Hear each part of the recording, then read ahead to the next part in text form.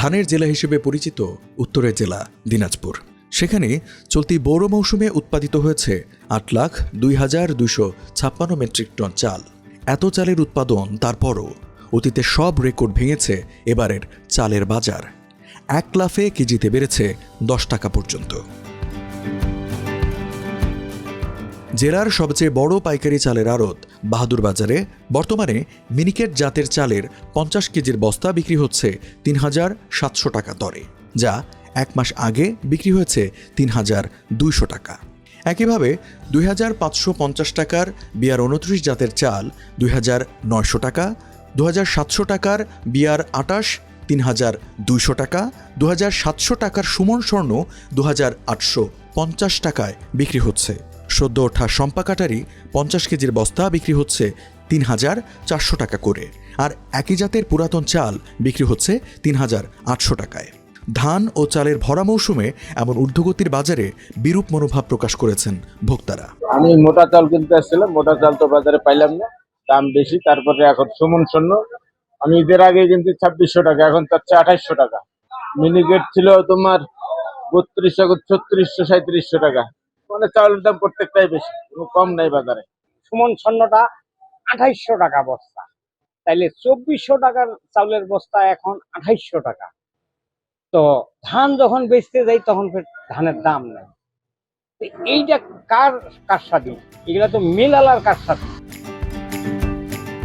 ধানের দাম বৃদ্ধিতে ক্ষোভ প্রকাশ করেছেন আড়তদাররাও।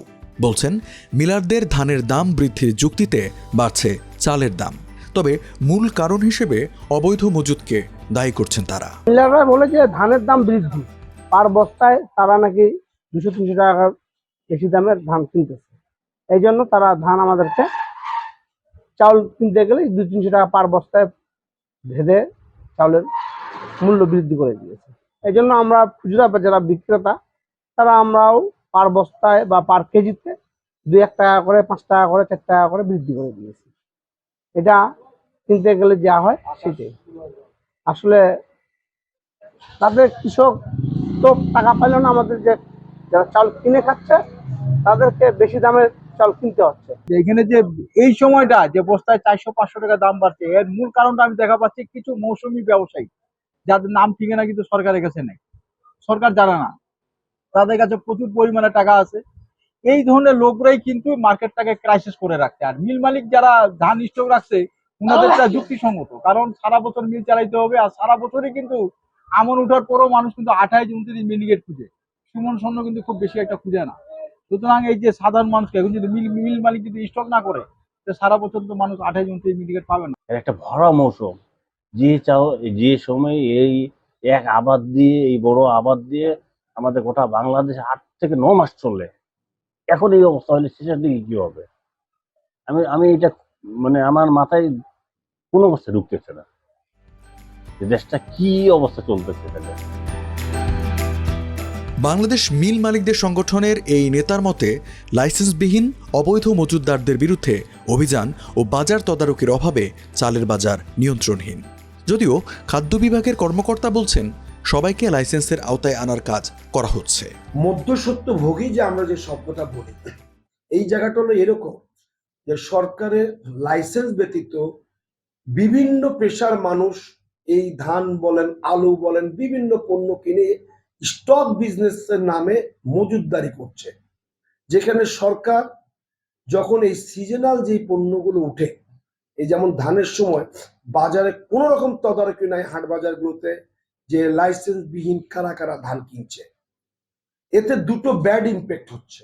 একটা ব্যাড ইম্প্যাক্ট হচ্ছে বাজারের ঊর্ধ্বগতি, আরেকটা ব্যাড ইম্প্যাক্ট হবে আর 1-2 মাস পরে যখন কৃষকের কাছে ধান শেষ হয়ে যাবে, তখন মিলারের কাছে যে ধান থাকবে তার চেয়ে দ্বিগুণ ধান থাকবে এই মধ্যস্বত্বভোগীদের কাছে, যেটা ধান উঠার পরে। তখন এই বাজার নিয়ন্ত্রণটা চলে যাবে তাদের কাছে, কারণ মিলাররা খুব জোর 40 দিনের ধান রাখে বা 1 মাসের ধান রাখে, বাকিটা কেনে ক্রাশিং করে বেচে টাকা রিলিজ করে আবার ধান কিনে। তখন মিলাররা বাধ্য হবে তাদের কাছ থেকে ধান কিনতে। যে হাটগুলো আছে, ধানের হাট, গোপালগঞ্জ হাট, ফার্মের হাট, এরকম আরো অনেকগুলো হাট আছে। এই হাটগুলোতে আমাদের জেলা পর্যায় থেকে এবং উপজেলা পর্যায় থেকে নিয়মিত পরিদর্শন করা হচ্ছে এবং বাজারে ফুরিয়া যারা ধান ক্রয় বিক্রয় করছে তাদের লাইসেন্স আছে কিনা সেটা যাচাই করা হচ্ছে। অধিকাংশ কুরিয়ার ব্যবসায়ী লাইসেন্সের আওতায় ইতিমধ্যে চলে আসছে, কিছু কিছু হয়তো আছে 5-10%, তাদেরকেও লাইসেন্সের আওতায় আনার জন্য প্রচেষ্টা অব্যাহত আছে। চালের বাজার নিয়ন্ত্রণে রাখতে গত 1 মাসে দিনাজপুর জেলায় মোট 8টি অভিযান পরিচালনা করেছে ভোক্তা অধিকার সংরক্ষণ অধিদপ্তর ও খাদ্য বিভাগ।